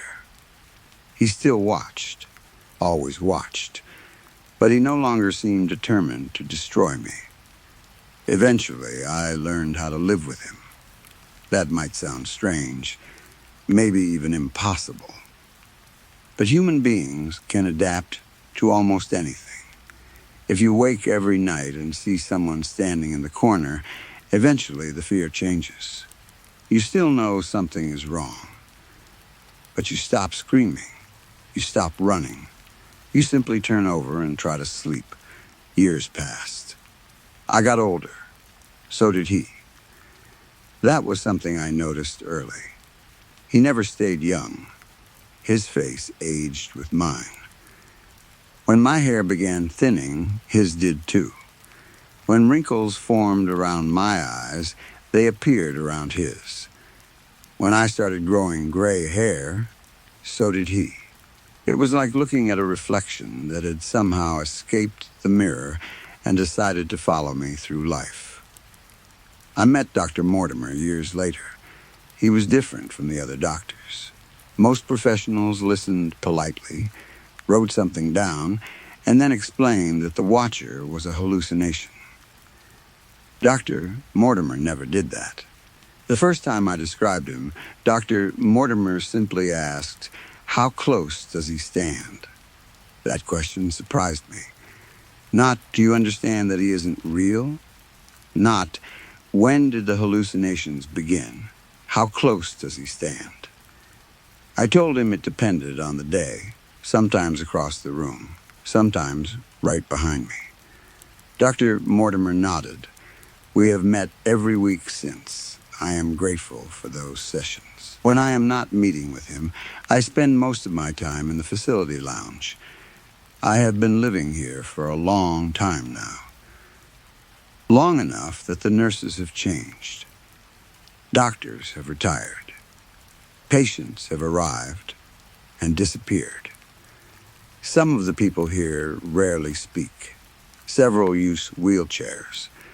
Others spend hours staring at the same spot on the wall. There are patients who have been trapped in trance-like states for years. Sometimes I sit near them and wonder where their minds are. Are they seeing something? Are they somewhere else? Is there another world layered over this one that only certain damaged minds can see? I used to think they were simply sick. I am no longer so sure. The only patient I regularly speak with is a man named Gary. Gary has a watcher too. The first time he told me that, I thought he was making fun of me. Then he described his. His watcher does not look like him. Not exactly. Gary says his is much taller, thin, almost completely black. It follows him from room to room. He says it hates mirrors. We sometimes sit together in the lounge and compare experiences. Gary says our watchers can see each other. I asked him once how he knew. He looked toward the empty chair beside me. Then he said, "Mine doesn't like yours." I laughed at first. Gary did not. After that, I stopped asking. My watcher is still here. He has never left. We have grown old together. There is a strange comfort in that now. I know that sounds insane. For decades, I wanted him gone. Now the idea of waking up and not seeing him somewhere feels almost frightening. He has been with me longer than most friends, longer than any romantic relationship I ever had, longer than my career. In some strange way, he is the most consistent thing in my life. Sometimes I wonder if November 17th, 1992 was actually the best thing that ever happened to me. Maybe I did not create him. Maybe I simply became able to see him. Maybe he had always been there. Maybe everyone has one. Maybe most people are lucky enough never to notice. Or maybe the man who sold me the acid knew exactly what mirrors could do. I think about his warning often. You won't like what you see. I used to believe he meant the hallucinations. Now I wonder if he meant something else. Maybe mirrors are not always reflections. Maybe sometimes they are doors. Maybe that night I looked through one. Or maybe something looked through at me. Dr. Mortimer does not like when I talk that way. He says it is important not to give the watcher too much power. I understand what he means. At least, I think I do. It is late now. I am sitting alone in my room, writing this on my laptop. The lights are low. Rain is tapping against the window. Most of the building is quiet. Gary went to bed hours ago. The nurses have already done their rounds. I can see my reflection faintly in the dark part of the laptop screen. And behind me I can see him, my watcher. He is standing near the door, older now. Gray hair, wrinkled skin, my face, my eyes. He is smiling, not the mocking smile from all those years ago. Something softer, almost proud. He has been whispering while I write this. I tried ignoring him at first. That is what Dr. Mortimer taught me. Acknowledge the voice. Do not obey it. return attention to the present. But tonight, the watcher is unusually clear. He keeps repeating the same thing. I don't need Dr. Mortimer anymore. I told him to stop. He smiled. Then he said something that made me pause. He said Dr. Mortimer has never spoken to anyone else. I laughed. Of course he has. He is a doctor. There are dozens of patients here. But then I started thinking. In all these years, I cannot remember seeing Dr. Mortimer speak with another patient. I cannot remember seeing him in the lounge. I cannot remember seeing him at the nurse's station. I only ever see him inside his office. Every Tuesday. Same chair, same notebook, same calm voice. I suddenly realized I have never watched him enter the building. Never watched him leave. I have never even seen him open his office door. That sounds ridiculous. There must be an explanation. I am tired.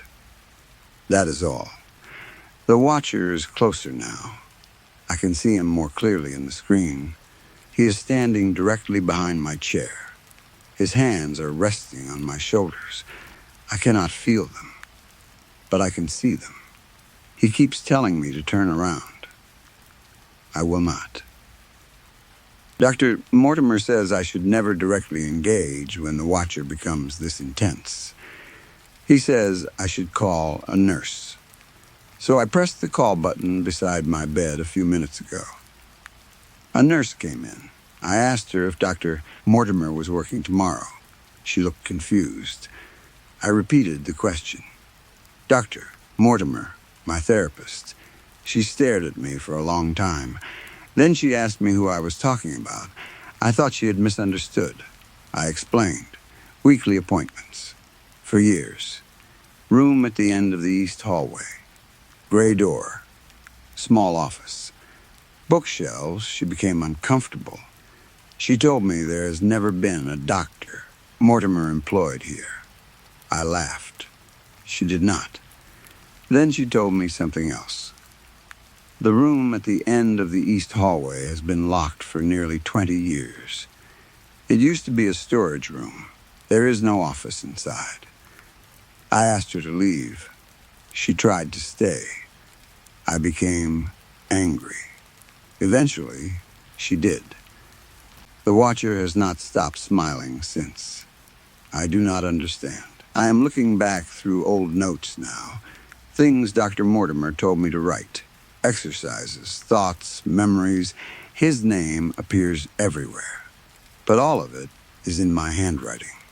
I cannot find a single document with his signature. No appointment cards, no bills, no medical forms, nothing. I called Gary. He is awake now. He came into my room a few minutes ago. I asked if he had ever seen Dr. Mortimer. Gary looked toward the empty space beside me. Then he asked, which one is Mortimer? I pointed to where Dr. Mortimer normally sits when we occasionally have sessions in my room. Gary went pale. He said, that's where your watcher stands. He left. I am alone again. Except I am not. The watcher is still behind me. I can see him reflected in the laptop. Only now he is wearing a suit. A familiar suit. The same kind Dr. Mortimer wears. His gray hair has been combed back. His face looks different. Older, kinder, but as I stare, the features keep changing. Mortimer, me. Mortimer, me, back and forth. I think I finally understand. Maybe Dr. Mortimer never helped me live with the watcher. Maybe the watcher simply learned how to speak in a voice I would trust. Maybe it realized fear was not enough. Fear made me resist. Fear made me seek help. So it became help. It gave itself a name, a chair, a notebook, a calm voice. It spent years teaching me not to fear it. Years teaching me to accept it.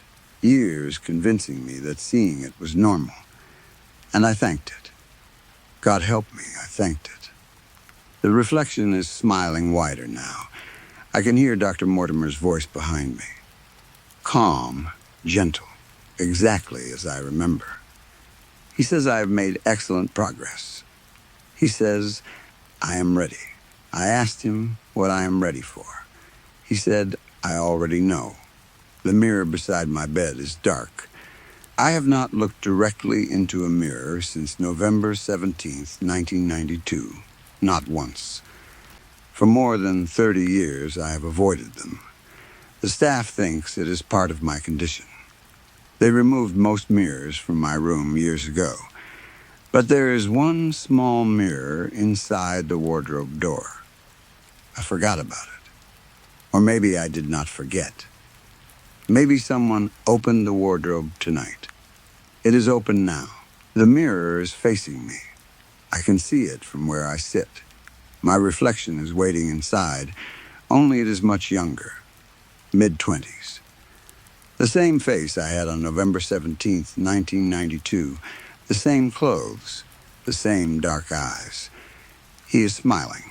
Behind him stands Dr. Mortimer. Behind Dr. Mortimer stands the Watcher. And behind the Watcher there are more shapes. Dozens, maybe hundreds. They fill the reflected room. Every one of them is staring at me. I keep telling myself that time can soften any pain, any trauma. That has always been my belief. But maybe time does not heal everything. Maybe sometimes time only makes you comfortable with the thing that is hurting you. The Watcher just leaned closer to my ear. He told me again that I do not need Dr. Mortimer anymore. This time, I asked why.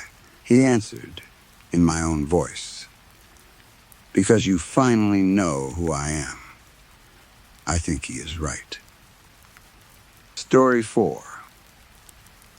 I was lying on the couch, barely awake, when something tapped me on the arm. It wasn't a soft brush or the feeling of fabric sliding across my skin. It was hard enough that I felt the contact clearly. Something physical had touched me. My eyes opened immediately. For half a second, I expected to see my wife standing beside the couch. She was pregnant at the time, and during those last few months, she had developed a habit of waking me whenever I fell asleep downstairs. Sometimes she needed help getting comfortable. Sometimes she wanted something from the kitchen. Other times she simply hated the idea of me sleeping alone on the couch while she was upstairs. But no one was standing there. The living room was empty. I pushed myself upright and looked around. The television was on, but the volume had been turned low. Its blue-white light moved across the furniture and painted weak shadows along the walls. The rest of the downstairs was dark. For a moment, I wondered whether I had dreamed the tap. Then, I heard something from the kitchen. It was faint, so faint that if I had been completely asleep, I never would have heard it.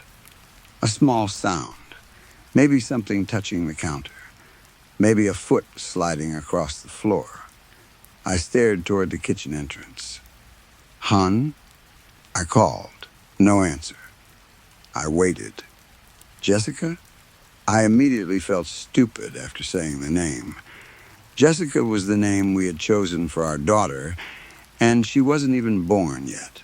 My wife's name was Emily. I don't know why Jessica came out of my mouth. Maybe I was still half asleep. I reached for my phone. Midnight, I frowned at the screen. The last time I remembered checking the time, it had been around 10. I must have passed out, I whispered. Then I noticed the notification beneath the clock. A message from Emily. "Staying at Rebecca's for the night. Love you." Rebecca was her older sister. Emily had gone there earlier that evening because they were sorting through some baby clothes Rebecca had kept from when her children were younger. I vaguely remembered Emily mentioning that she might stay if she became too tired to drive home. Apparently she had. That meant I was alone. The realization changed the feeling of the entire house. It had seemed quiet before. Now it felt empty. Too empty. The heating system suddenly kicked on. I jumped so badly that my phone almost slipped from my hand. Warm air pushed through the vents, but the sudden vibration went straight through my body like a shock. I laughed quietly at myself. You're tired. I said it out loud because hearing my own voice helped. Tired and stressed. That explanation made sense. Work had been difficult. Emily's pregnancy had been mostly healthy, but as the due date got closer, both of us had become nervous. We were preparing the nursery, buying things, reading too much online, arguing about things that didn't matter, wondering whether we were ready to become parents. Mental exhaustion could do strange things. I had probably felt my own muscle twitch and imagined someone tapping me. The kitchen sound could have been the refrigerator. The house was old enough to make noises. Pipes shifted. Floorboards creaked. Wood expanded and contracted. There was an explanation for everything. That was what I told myself. Then, something scraped across the floor upstairs. Slowly, heavy, the sound dragged from one side of the ceiling to the other. I froze. It sounded like someone moving a dresser, not lifting it, dragging it. The legs of some heavy piece of furniture scraping over wooden flooring. The sound lasted maybe 3 seconds. Then, stopped. Our bedroom and the nursery were both directly above the living room. I couldn't tell which room it came from. Emily? I shouted louder this time, even though I knew she wasn't home. Silence. Then a door upstairs creaked open. Slowly, not the normal quick movement of a door being pushed. It opened inch by inch. The sound made me imagine someone standing behind it, pulling it open just enough to look through the gap without being seen. Then came a light, metallic sound. Chimes. We had hung small decorative chimes on the nursery door. Emily liked them. She said the soft sound made the room feel peaceful. At that moment, the sound wasn't peaceful. It told me exactly which door had moved. The nursery. I stood. Who's there? My voice sounded stronger than I felt. I grabbed my phone and turned on the flashlight. I started toward the stairs. My first thought was still an intruder. Someone had broken into the house. Maybe through a window. Maybe I had forgotten to lock something. I wasn't thinking ghosts. I wasn't thinking spirits. I wasn't thinking anything supernatural. If anything, I was angry. Fear came underneath it, but anger was easier to hold on to. I moved toward the staircase. Halfway there, I heard another tiny movement above me. A floorboard. Then, another, like someone shifting their weight. I reached the bottom stair. My phone flashlight pointed upward. At the top of the staircase, something moved. A shadow. I stopped breathing. It stood near the hallway. Small, a person. The outline was about the size of a young boy, maybe 7 or 8 years old. It wasn't detailed. No face, no clothes that I could make out. Just a dark human shape against the deeper darkness of the upstairs hall. I raised the phone higher. The flashlight hit it. The figure froze. Then, something impossible happened. The light from my phone dimmed. Not like a battery dying, not gradually. It was as though someone placed a hand directly over the flashlight. The beam disappeared for less than a second, then came back, then disappeared again. It happened so quickly that I couldn't process it. Off, on, like the light itself had taken a breath. The figure moved during that brief darkness. When the flashlight returned, the shadow was farther down the hall, near the small closet in the middle. I stood there, caught between running upstairs and running out the front door. My brain still insisted on an intruder. Some kid? That made no sense. Who broke into a house with a child? Maybe the figure only looked small because of the angle. Maybe it was someone crouching. Maybe someone was playing some sick joke. I decided that whoever was up there needed to know I wasn't going to hide downstairs. I charged up the stairs. Every step shook beneath me. The noise of my feet was ridiculously loud. It sounded like someone dropping a bowling ball over and over against the wooden staircase. At the top, I slammed my palm against the hallway light switch. Nothing. I hit it again. Nothing. The lights didn't come on. I turned my phone flashlight toward the left side of the hallway. Empty, then right. Empty, no child, no person, no movement. I pressed my back against the wall. My heart was pounding so hard I could feel it in my throat. I have a weapon. That was a lie, at least at that moment. I had a baseball bat downstairs and a kitchen full of knives, but nothing was actually in my hands. Still, I hoped whoever was there would believe me. I'm calling the police. No answer. The nursery door stood halfway open. I stared at it. That door was always closed. Always, not because we were superstitious. Emily simply didn't want dust getting into the room. We had spent weeks preparing it. The crib was assembled. The walls had been painted a soft yellow. There were little animals painted near the ceiling. The changing table was ready. Boxes of diapers were stacked in the closet. Everything waited for a baby who wouldn't arrive until May. This happened in early January. I stared into the dark opening. The feeling that something was watching me became overwhelming. I don't mean normal fear. I have been frightened before. This felt physical, like eyes pressing against my skin. My neck began itching, then my shoulders, then my arms. It felt as though tiny cuts were opening across me and healing again immediately. I reached behind my neck and scratched. Hard. Too hard. I didn't notice until later that I had torn the skin. Blood and small pieces of skin were under my fingernails. Hello? Nothing. I unlocked my phone with shaking fingers. I called Emily. The screen showed her name. I raised the phone to my ear. It died.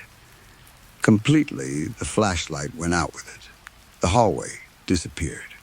Darkness dropped over me like someone had thrown a thick black hood over my head.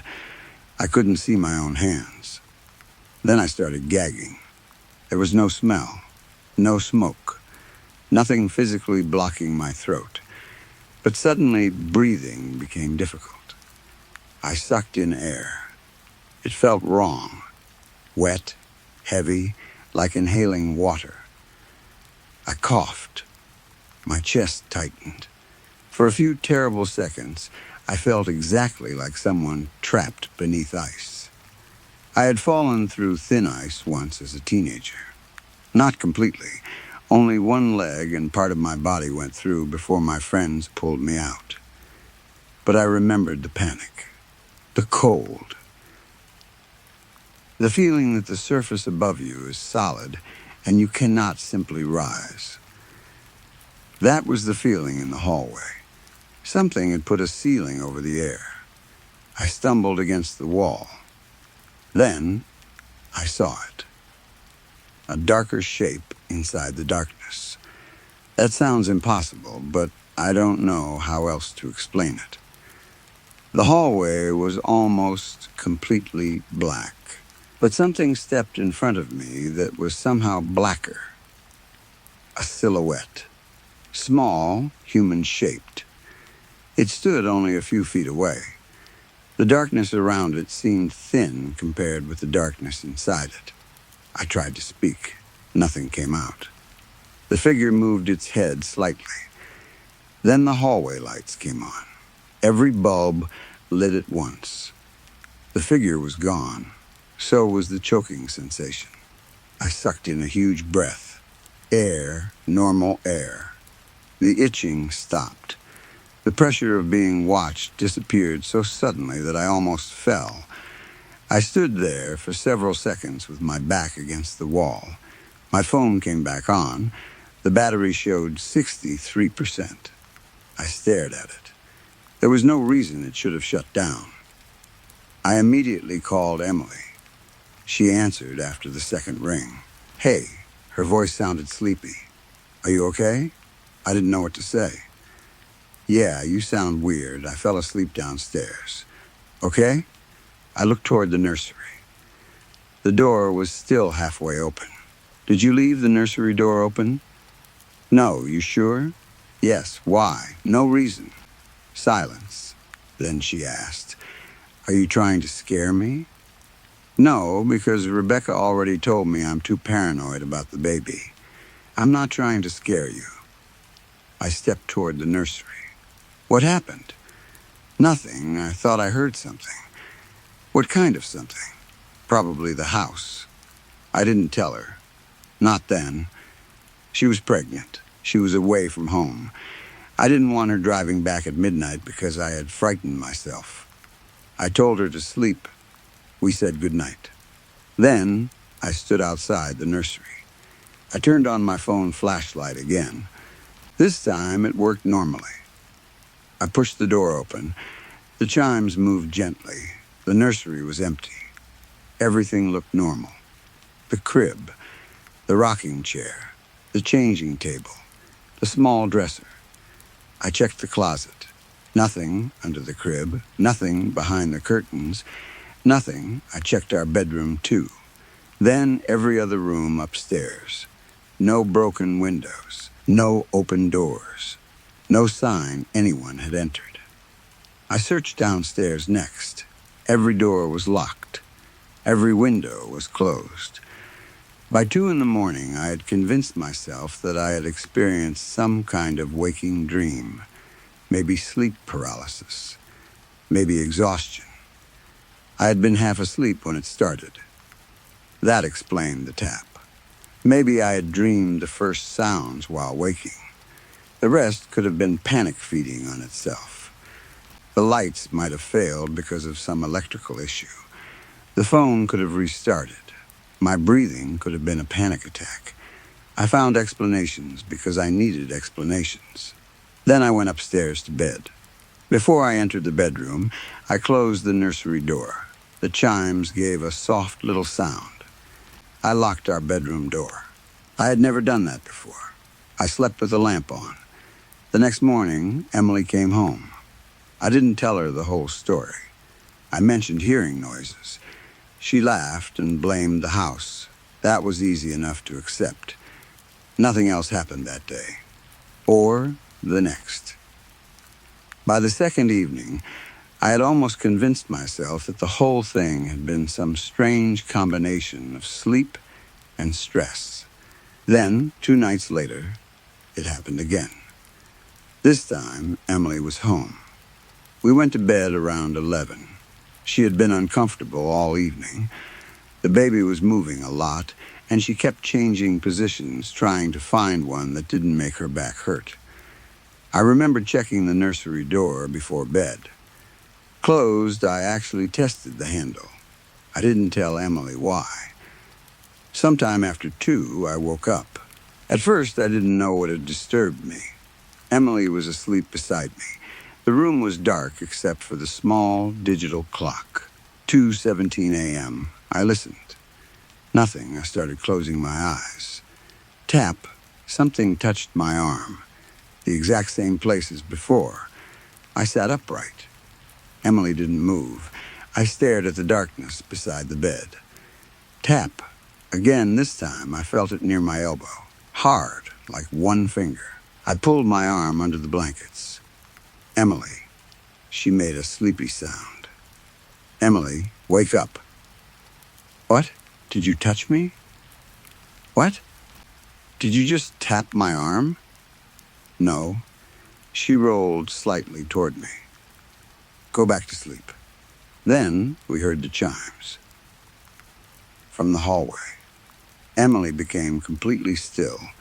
I felt the mattress move as her body tensed. What was that? I didn't answer.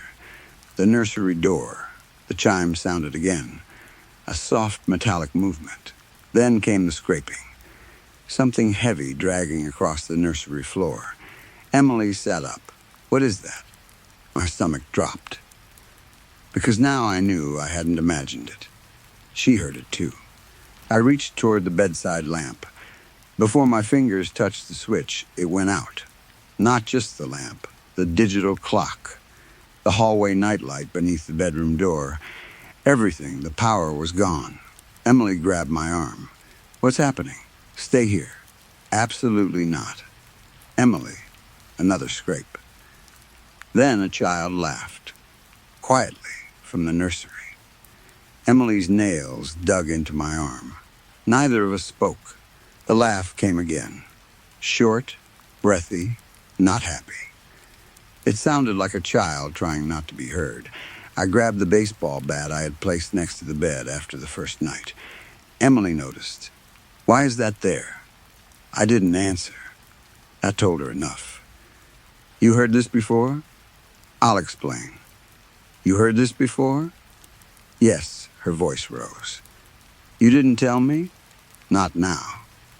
The nursery door creaked. Then we heard footsteps, small footsteps.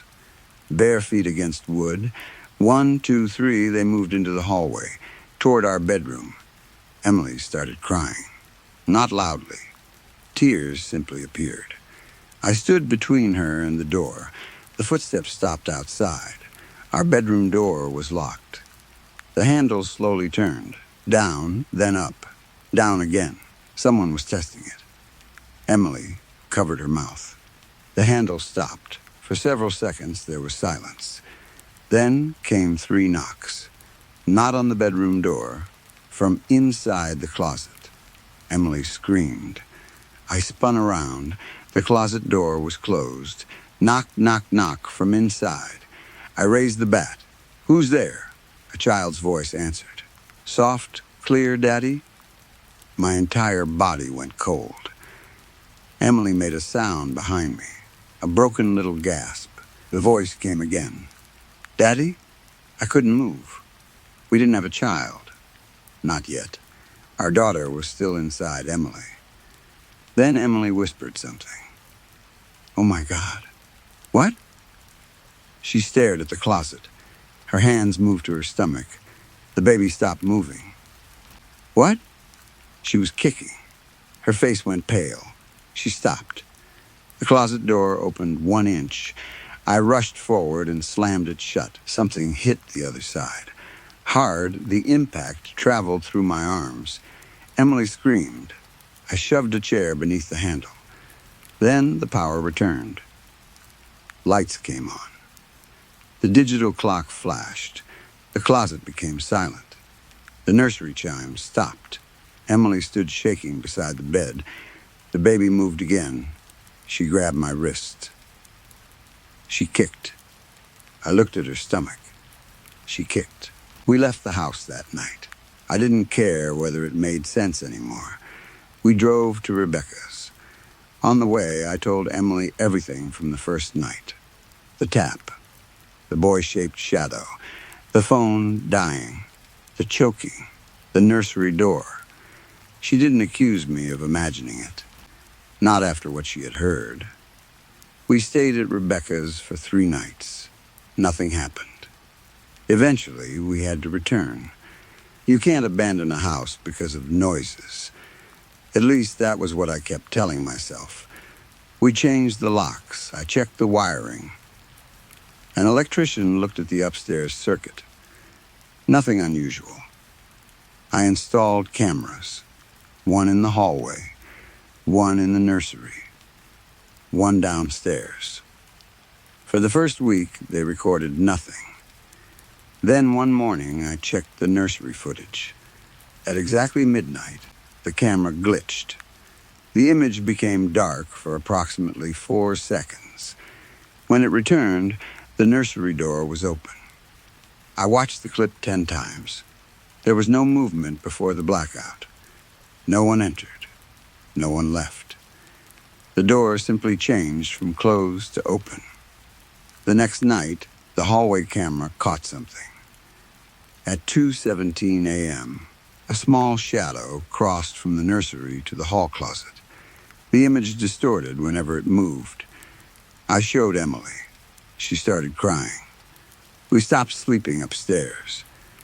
Then we started hearing the voice, sometimes from the vents, sometimes through the baby monitor we had already set up.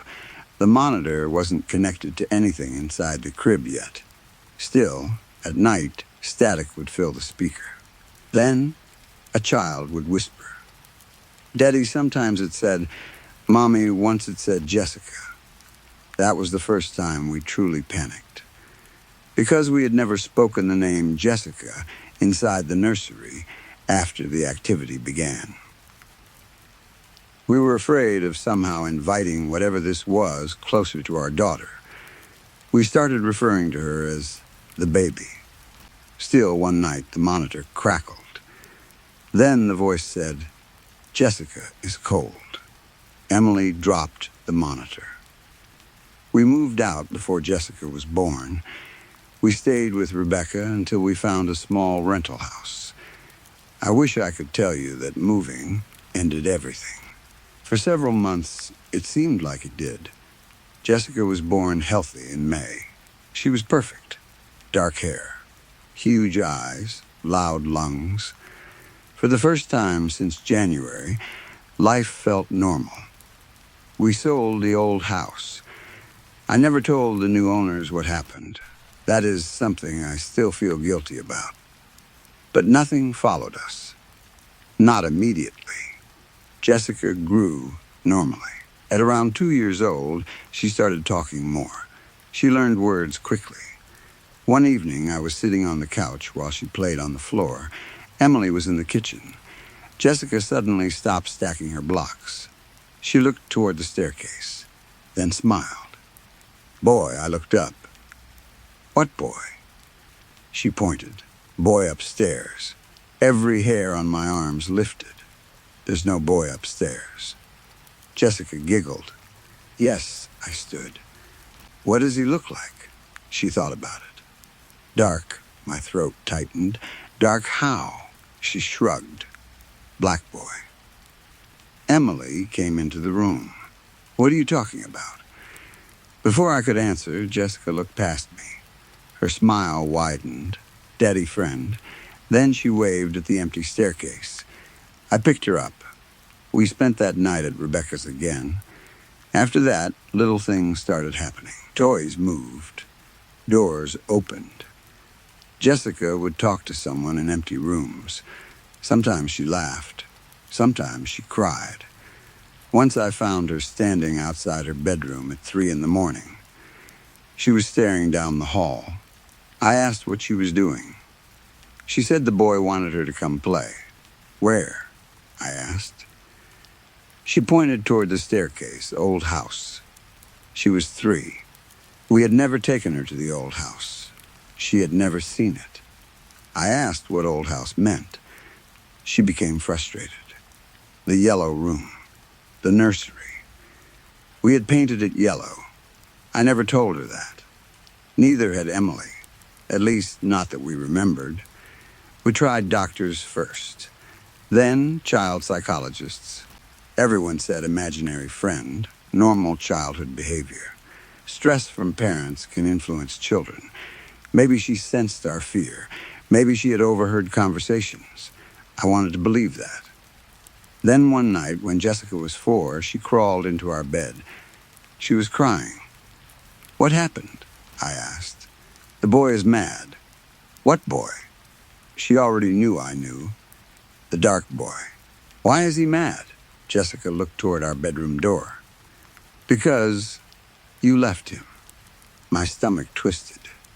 Left him where? She whispered. Under the ice. I could not breathe. I had never told Jessica about falling through ice as a teenager. I had barely told Emily.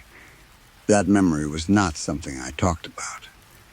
Then Jessica reached out and tapped my arm. The exact place. The exact hard little tap. He says you remember now. That was when I finally understood that whatever was happening had not started in the house. The house had only given it a place to show itself. I started digging into my past. The ice accident happened when I was 15. There had been 4 of us walking across a frozen pond. Me, my friend Daniel, his younger brother Marcus, and another boy named Eric. I remembered falling through. I remembered hands pulling me out. I remembered Daniel screaming. For years, I believed everyone survived. That was the story in my head. But when I contacted Daniel for the first time in almost 20 years, he went silent when I mentioned the accident. Why are you asking about that? Because I need to know something. What? Did everyone get out? There was a long pause. Then Daniel said something I had somehow forgotten. Marcus didn't. The room seemed to tilt. What? Marcus drowned. No, yes, no, he didn't. Daniel started crying. He told me Marcus had fallen through first. I tried to help him. Then the ice beneath me broke too. Daniel and Eric pulled me out. Marcus went under. Search teams found his body the next morning. He had been 8 years old. Boy-sized. For almost 20 years, I had erased him from my memory. Not intentionally. My mind had simply closed around that part of the accident. I remembered the cold. I remembered being trapped. I remembered the ice above me. But I had forgotten why I had been crawling toward the hole in the first place. I had been trying to reach Marcus. That night, after talking to Daniel, I dreamed about the pond. I stood on the ice. Marcus was beneath it. His face looked up at me through the frozen surface. He tapped from below. Tap, tap, tap. When I woke, my arm hurt. There was a small bruise where I always felt the touch. The activity stopped after that dream. Not completely, but almost. Jessica stopped talking about the dark boy. Doors stayed closed. The baby monitor remained silent. Months passed. Then years. Jessica is older now. She doesn't remember most of it. Emily remembers enough that neither of us likes talking about those years. I still occasionally dream about Marcus. Sometimes he is standing at the top of a staircase. Sometimes he is inside a nursery. Sometimes he is beneath the ice. He never looks angry anymore. Mostly he just watches. I visited his grave twice. The first time, I apologized. I don't know whether apologies mean anything to the dead. I told him I was sorry I forgot him. I told him I was sorry I survived when he didn't. I told him I tried to save him. On my second visit, I brought Jessica. I didn't explain everything. I only told her Marcus had been someone I knew when I was young. She placed flowers on his grave. Then she stared at the headstone for a long time. What? I asked. She shook her head. Nothing on the drive home. She was quiet. Eventually, I asked again, "What were you looking at?" She watched the trees passing outside. Then she said, "He isn't dark anymore." I nearly drove off the road. I didn't ask anything else. Maybe that was a mistake. Maybe it was better not to know. The strange thing is that I still sometimes wake on the couch close to midnight. Even though years have passed, that first night remains painfully clear. The television glowing. The empty kitchen. Emily's message.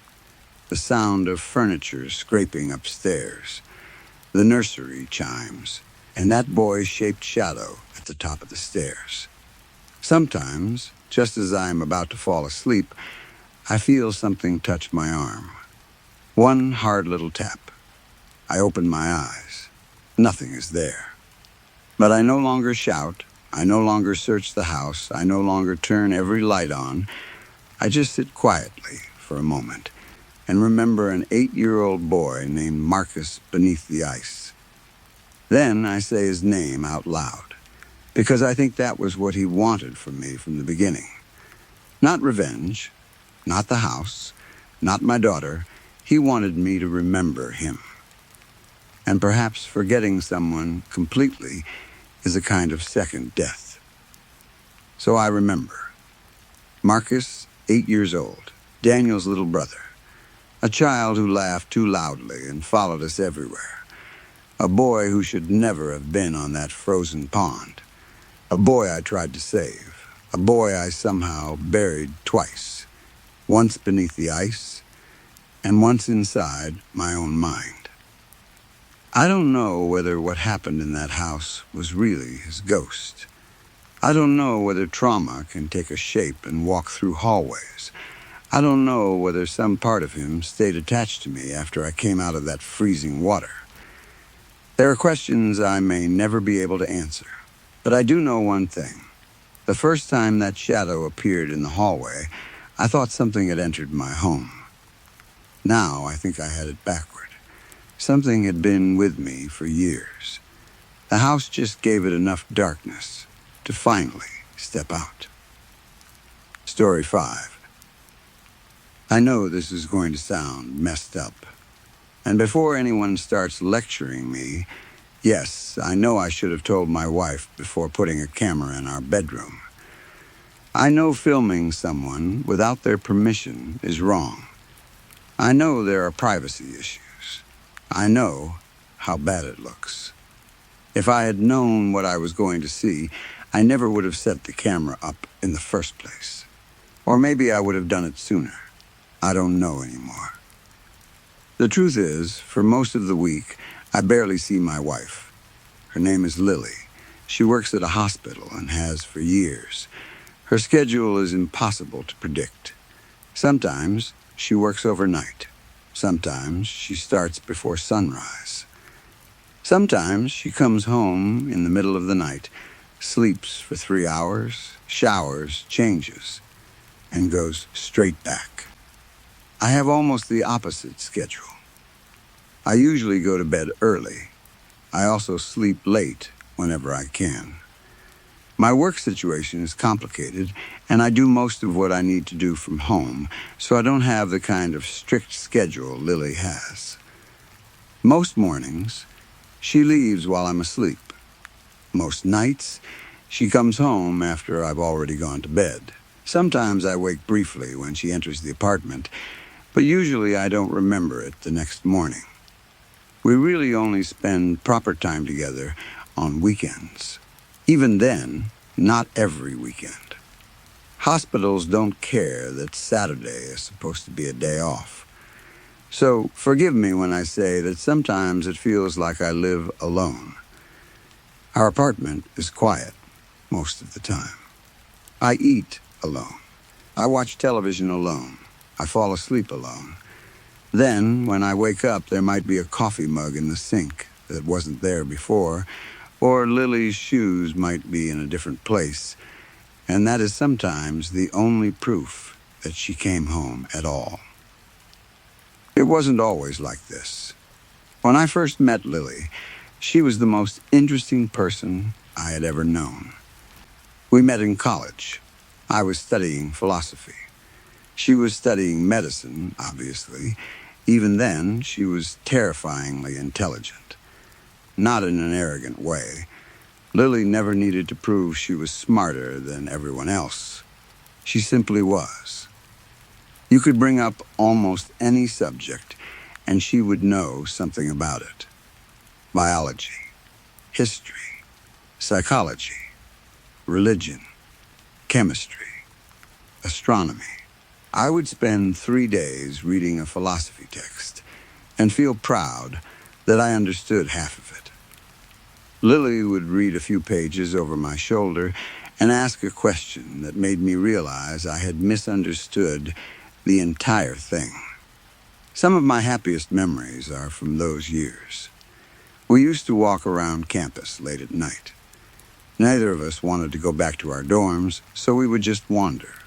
We talked about everything: consciousness, death, memory, dreams, whether the human mind creates reality or simply experiences it, whether animals understand that they exist, whether a person is still the same person after every cell in their body has changed.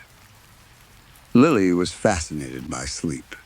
She once told me that sleep was the strangest thing humans did every day without thinking about it. You voluntarily become unconscious for hours, she said. Then you wake up and assume you're the same person. I laughed. What else would I be? She looked at me. How would you know? That was Lily. She could say something like that and leave me thinking about it for a week. We talked about the hard problem of consciousness more times than I could count. Why does anything feel like anything? Why does pain hurt instead of simply creating a warning signal? Why does red look like red? Why does being alive have an internal experience at all? I barely understood some of the things we talked about. Lily always seemed to understand more. She came from money. Serious money. Her parents were the kind of wealthy people who didn't talk about being wealthy, because everyone around them already knew. During school breaks, Lily traveled. Once we became serious, she started taking me with her. Before meeting her, I had barely left the country. With Lily, I saw places I had only vaguely heard about before. We traveled through parts of Asia and Africa.